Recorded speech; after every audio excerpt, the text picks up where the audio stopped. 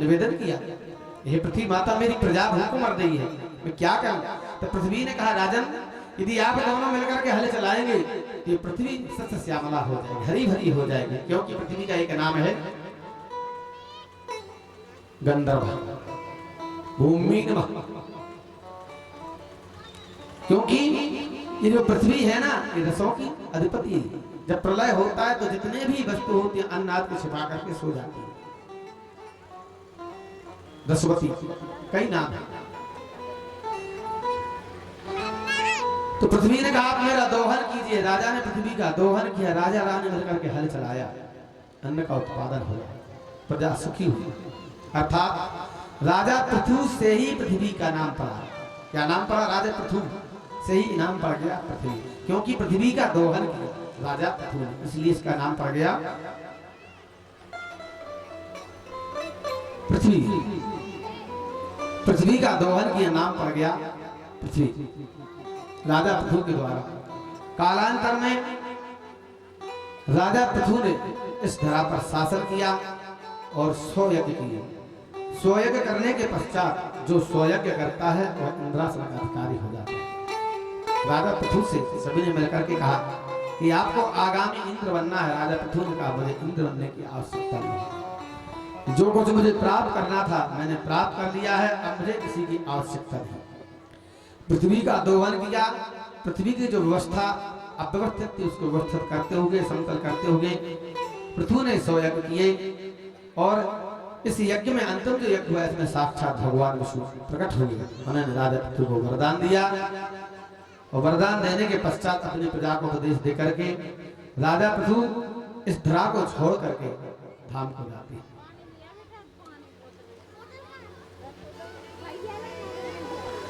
परलोक गमन कर जाते हैं तपस्या करने के पश्चात। और राजा पृथु के बाद जो है अब कथा आती है प्रचेतागण।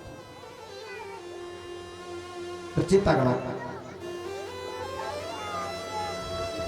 दक्ष प्रजापति ने प्रचेतागणों को जन्म दिया, 10 प्रचेतागणों को जन्म दिया। ये जो प्रचेतागण थे इनकी क्या विशेषता थी? ये बलि यज्ञ प्रदान करते थे। शास्त्रों में कहा गया है, मार्कंडेय पुराण में कहा गया है कि बलि मांसादि पूज्यम विप्र वर्ज्या मयिरता। ब्राह्मण आज के लिए हिंसात्मक यज्ञ करना निषेध है। यज्ञ तो बहुत करते थे लेकिन इनके अंदर एक कमी थी कि हिंसात्मक यज्ञ करते थे। तो हिंसात्मक यज्ञ का शास्त्र में कोई विधान नहीं है, लेकिन हिंसात्मक यज्ञ करते थे। तो रूपक है, कहानी थोड़ा समझना पड़ेगा। ये कहानी, ये रूपक है, कहानी है। तो प्रचेतागण के पास नारद जी बोले, नारद जी जाते हैं और नारद जी ने कहा आप यज्ञ करते हैं? बोले आप हंसनात्मक यज्ञ करते हैं। नारद जी ने अपने माया के द्वारा प्रचेतागणों को दर्शन कराया। तो प्रचेतागण क्या देखते हैं? जितने जानवरों की मैंने हत्या की है वे जानवर सब उल्टे टंगे हैं। क्या देखते हैं? माया के द्वारा सब जानवर उल्टे पड़े हैं। तो प्रचेतागण करते हैं प्रभु ये कौन है, कहां से आए हैं? नारद जी कहते हैं जितने जीवों की तुमने हत्या की है ये जीव उल्टे टंगे हुए हैं। तो कब आप मृत्यु को प्राप्त हो, कब जे आपको ग्रास करना है, ये आपका इंतजार कर रहे हैं। प्रचेतागण बोले अच्छा बोले हाँ। प्रचेतागण ने कहा गुरुवर मैंने थोड़ी यज्ञ किया, आचार्य लोग यज्ञ करवाते थे, ब्राह्मण लोग यज्ञ करवाते थे और वो हिंसात्मक बलि देते, इसलिए मैंने हिंसात्मक बलि दी, मैंने थोड़ी बलि दी। नारद जी ने कहा प्रचेतागण हिंसात्मक यज्ञ करना भी शास्त्र विरुद्ध है। जो व्यक्ति जैसा करता है वैसा उसको भोगना पड़ता है। जो जस करहि सो तस फल चाखा, कर्म प्रधान विश्व कर राखा। जो जस करहि सो तस फल चाखा, कर्म प्रधान विश्व कर राखा। जो व्यक्ति जैसा करता है वैसा उसको भोगना पड़ता है। नारद जी ने कहा कब आप मृत्यु को प्राप्त हो, कभी आपके शरीर को खाएं, आपके मांस के लिए टंगे हुए, कब आप जो है मृत्यु को प्राप्त हो आपके मांस को ग्रहण करें। चिदानंद ने कहा गुरुवर ये तो मैंने बहुत बड़ा पढ़ा, इनसे मुक्ति कैसे मिलेगी, इनसे मुझे मुक्ति कैसे मिल सकती है। देखो शास्त्रों में हिंसात्मक यज्ञ के बारे में कहीं नहीं लिखा। अब कभी कभी कहीं कहीं हिंसात्मक यज्ञ होता है तो क्यों होता है, उसका कारण क्या है। बालाना मनुशासन, आपने देखा होगा बालक छोटा हो उसको फोड़ा हो जाता है, डॉक्टर के पास माता जाती है और डॉक्टर से कहती है डॉक्टर साहब उसको जरा देखिए, डॉक्टर साहब उसका ऑपरेशन होगा, ये कहती कि नहीं। और डॉक्टर के पास जाती है बालक को लेकर के, बालक से कहती है आज आपको दुकान पर चलना है, वो हम टॉफी खिलाएंगे। क्यों कहते हैं, इसलिए कि बालक रोए नहीं, वो पहुंच जाए। जबकि वास्तविकता कुछ और है, जाना है ऑपरेशन कराने के लिए, बालक से कहती है कि आपको दुकान पर चलना है, आपको टॉफी खिलाएंगे। बालक प्रसन्न होकर के जाता है, हेतु ऑपरेशन, कहती क्या है टॉफी खिलाएंगे। तो शास्त्रों में हिंसात्मक बारे में कहीं वर्णन नहीं है।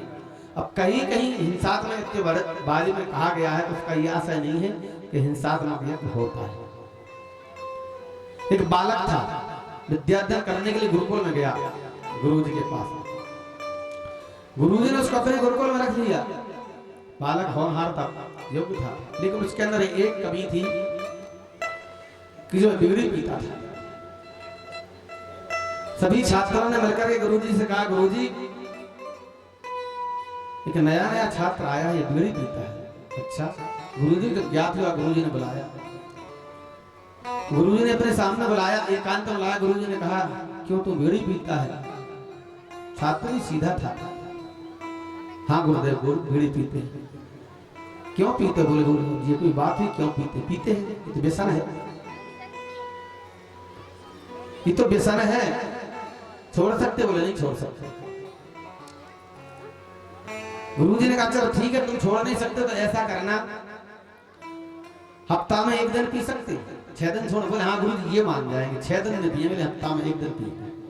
अब ध्यान देना, गुरुजी ने इसलिए कहा कि हफ्ता में संडे के संडे भी पिएगा तो कम से कम 6 दिन तो इसके बचेंगे। उनके सोच क्या था, 6 दिन इसके बच जाएंगे, और जब 6 दिन बच जाएंगे तो धीरे धीरे धीरे धीरे धीरे हम 7वां दिन भी छाएंगे। ये उनकी सोच थी। तो गुरुजी ने कहा ठीक है आप संडे के संडे अर्थात रविवार को बीड़ी पिया। देखिए गुरुजी ने सोचा ये कि चलो 6 दिन इसके बचेंगे, धीरे धीरे हम 7वां दिन छुड़ा। अब बालक जो जब छात्रावास में जाता है, हॉस्टल में जाता है, सारे छात्र एकत्रित होते हैं। रविवार आता है तो छात्रों से कहता है अरे भैया गुरुजी ने हमसे कहा था कि रविवार को बीड़ी पीने का बहुत महत्व है। अच्छा बोले गुरुजी ने ये कहा था कि रविवार को पीना, तो छात्रों से कहता है कि गुरुजी ने हमसे कहा था कि रविवार के दिन बीड़ी पीने का बहुत महत्व है। तो जितने छात्र थे सारे छात्र बीड़ी पीने। अब बताइए कितने चतुर छात्र हैं आजकल। गुरुजी ने इसलिए कहा था कि 6 दिन ये बचेगा, उसने सारे छात्रों से कह दिया गुरुजी ने कहा था कि प्रति रविवार बीड़ी पीने का बहुत महत्व है। तो गुरुजी ने ऐसा क्यों कहा, इसका आशय क्या है। इसलिए कि जो हिंसात्मक करते हैं, जो हिंसा जन को अपनी जीव की हत्या के बिना जो रह नहीं सकते। देखो यज्ञ हमेशा तो होते नहीं, 10-20 आपके यहाँ भी करीब 20 साल बाद यज्ञ हुआ कि नहीं, करीब हमें याद है कि 20 साल लगभग बाद यज्ञ हुआ, प्रतिवर्ष होते नहीं। तो उनके लिए विधान बनाया जिनकी हिंसा में प्रीति, जो हिंसा के बगैर रह नहीं पाते। कभी कभी देखना आपने बकरा चल रहा है, मुर्गा चल रहा है, कहीं कुछ चलते हैं, जो उनके लिए विधान बनाया गया था, जो मांस के बगैर रहते नहीं, रोज यज्ञ होते नहीं। 10-20 साल में कभी होंगे तो चलो भाई एक यज्ञ हो जाएगा। तो जिनकी हिंसा में प्रीति उनके लिए तो ठीक है, 10-20 साल बाद होगा तो पाएंगे, लेकिन 10-20 साल तो बचेंगे कम से कम। 10 साल में यज्ञ हुआ तो 10 साल तो बचेंगे। तो ये विधान इसलिए बनाया था जिनकी हिंसा में रुचि है, 10-20 साल में यज्ञ होगा, हिंसा कर भी लेंगे कोई बात नहीं, तो 10 साल तो बचेंगे। अब उन्होंने ये अपना लिया, गुरुजी ने ये कहा कि हिंसा तो यज्ञ करने का बहुत महत्व है, तो प्रतिदिन करने, प्रतिदिन हिंसा करनी। तो वेद कहता कुछ और है, उसका भावार्थ कुछ और होता है। अहिंसा परमो धर्मः। तो प्रचेतागण जो है हिंसात्मक यज्ञ करते थे। जब नारद जी ने कहा तो नारद जी ने कहा मैं रूपक आपको सुनाता हूं, रूपक मैं आपको सुनाता हूं। अब आप लोग गौर से सुनो। प्रचेतागण से नारद जी कहते हैं एक नगरी थी, उस नगरी की रानी थी पुरंजनी। पुरंजनी नाम के रानी थी और पुरंजन नाम का एक व्यक्ति पुरंजनी नाम की नगरी में प्रवेश करता है।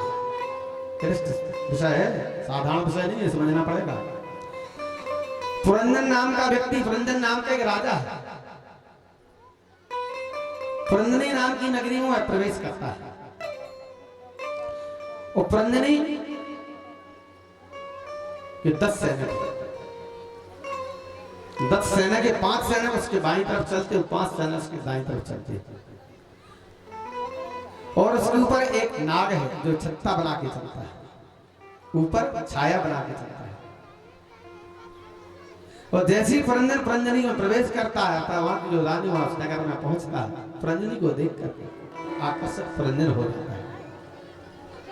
इतना आकर्षक हो जाता है पुरंजन, इतना आकर्षक हो जाता है